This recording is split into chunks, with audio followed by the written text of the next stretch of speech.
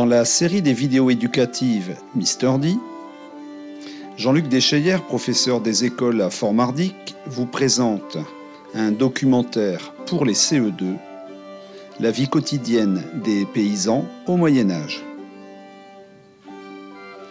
La période qui suit l'Antiquité s'appelle le Moyen-Âge. Ce Moyen-Âge commence après la chute de l'Empire romain en 476 après Jésus-Christ. C'est une longue période de notre histoire qui dure plus de 1000 ans. Comme le montre cette frise historique, cette période commence par les invasions barbares et la naissance du royaume franc, avec Clovis, le premier roi. Plus tard, Charlemagne deviendra empereur en 800. Ensuite, vers 987, la dynastie des rois capétiens lui succédera.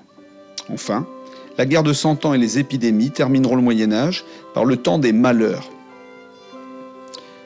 Le Moyen-Âge est surtout marqué par la lutte pour le pouvoir entre le roi et les seigneurs, la domination de la religion chrétienne, la lenteur des progrès techniques, la succession de nombreuses guerres et des conditions de vie très difficiles.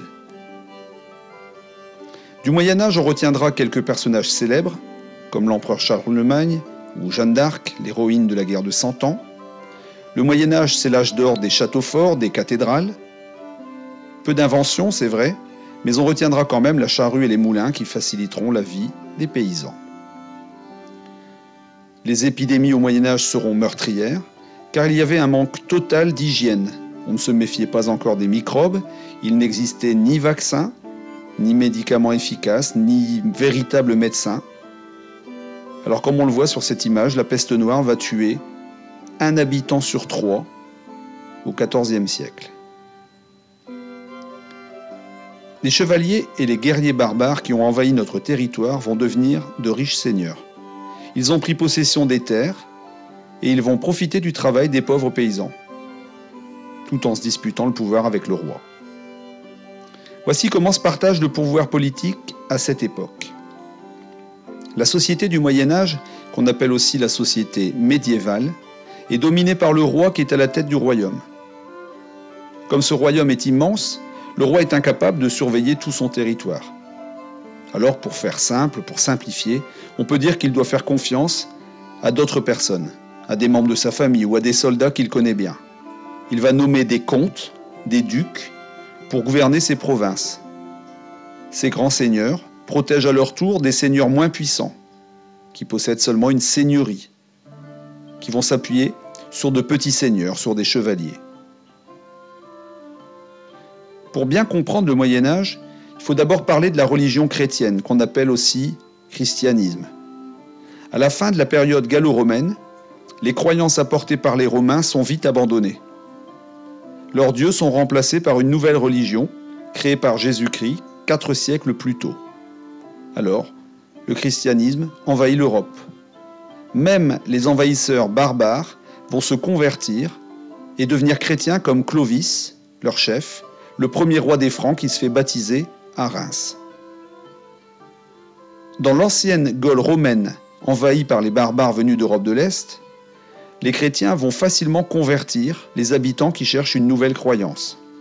De plus en plus nombreux, ces fidèles se réunissent d'abord dans des caves mortuaires, les catacombes.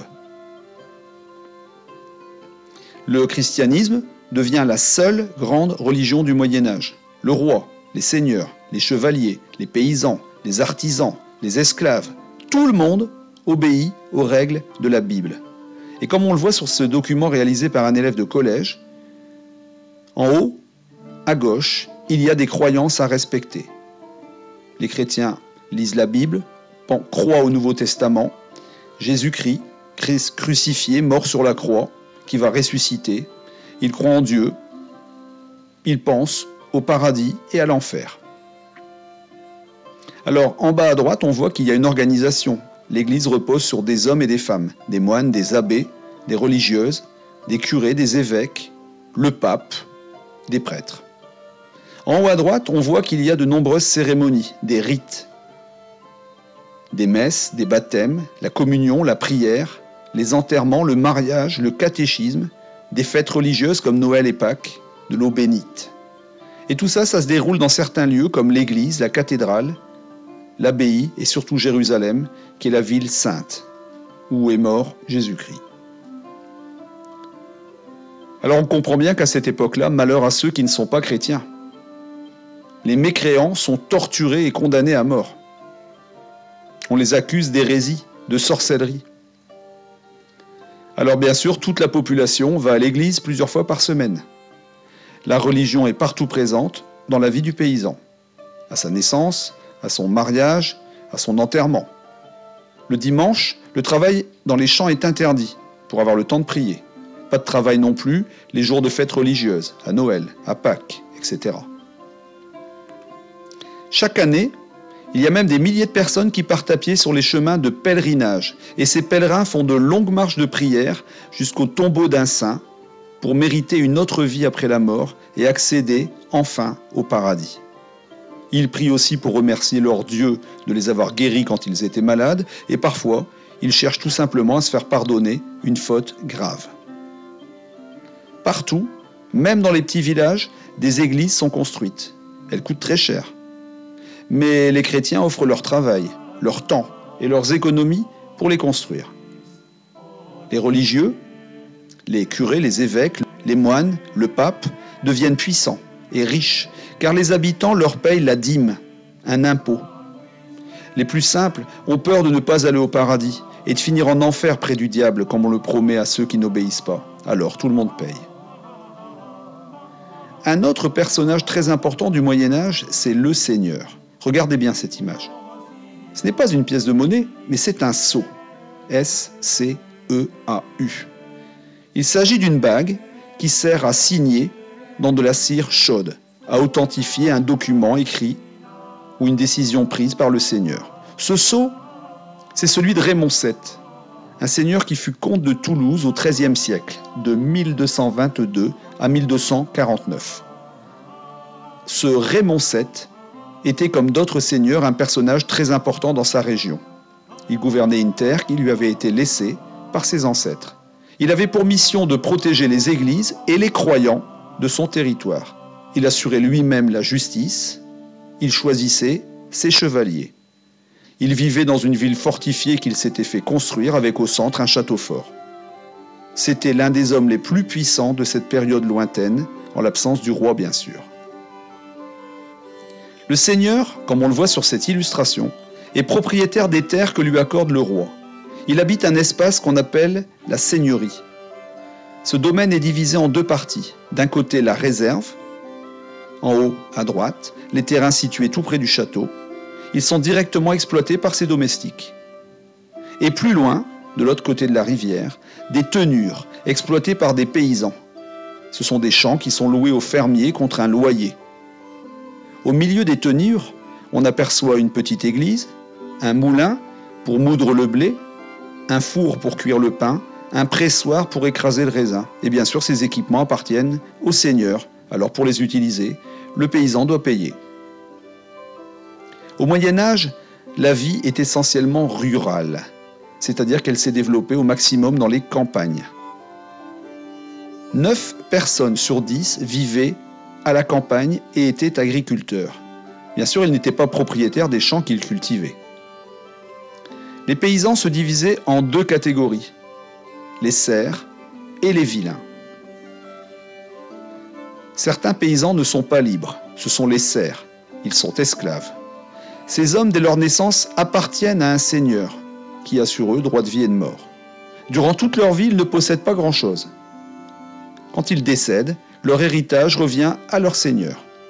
Pour se marier, par exemple, il leur faut l'autorisation du seigneur. Et si une femme libre décide d'épouser un serf, elle devient esclave à son tour et, par la même occasion, la propriété du seigneur. Contrairement aux serfs, les vilains, eux, sont des paysans libres. Le mot vilain n'a bien entendu pas le même sens à cette époque-là qu'aujourd'hui. Il ne signifie pas qu'ils sont méchants. Les vilains louent un terrain au seigneur. Ils payent un loyer. En plus, pour être protégés par les armées du seigneur derrière les murailles du château en cas de guerre ou d'invasion, ils sont forcés de payer des redevances, des taxes. En cas d'attaque, ils ont le droit d'entrer dans l'enceinte fortifiée avec leur famille, leurs troupeaux. Leurs récoltes le grain, les légumes sont gardés à l'abri dans les greniers du château fort. Les paysans de cette époque-là ont une vie très difficile, car ils sont soumis au bon vouloir du Seigneur qui a le droit de les juger, de les punir. Leurs travaux sont effectués à la main, sans machine agricole comme de nos jours. Ils disposent de peu d'outils et ne sont pas du tout en bonne forme physique, car leur alimentation est misérable. Toujours du pain, toujours de la soupe, très peu de viande. Pour transformer leur récolte en aliments, il leur faut utiliser le moulin, le four et le pressoir du Seigneur. Alors ils doivent encore lui payer. Les paysans sont très mal nourris. Une fois les impôts payés à l'Église et au Seigneur, il ne leur reste pas grand-chose à manger. En plus, le Seigneur leur interdit la pêche et la chasse, qui pourraient améliorer leur alimentation. Privés de chasse, privés de pêche, certaines années, quand les récoltes sont mauvaises, ils sont soumis à la famine. Le manque de nourriture finit par causer leur mort. La durée de vie des paysans est bien courte à cette époque-là. On l'a dit, tous les paysans, en échange de la protection militaire du Seigneur, payaient des impôts. Des impôts qu'on appelait à l'époque la taille, le cens, le champard. Ils devaient aussi la corvée. C'était un jour de travail obligatoire et sans salaire qu'ils offraient aux nobles, pour par exemple réparer des parties du château ou nettoyer le fossé défensif autour du château fort. Ils devaient aussi payer à l'Église un impôt qu'on appelait la dîme.